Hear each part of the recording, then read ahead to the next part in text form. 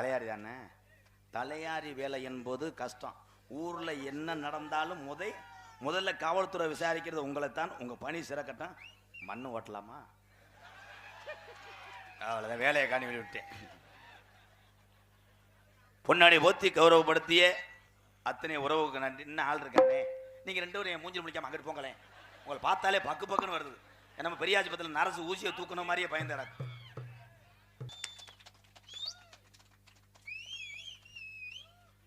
எப்பா எப்பாய் சுண்டு போட வரையா தாலி கெளுத்தி அரிக்கிறியா?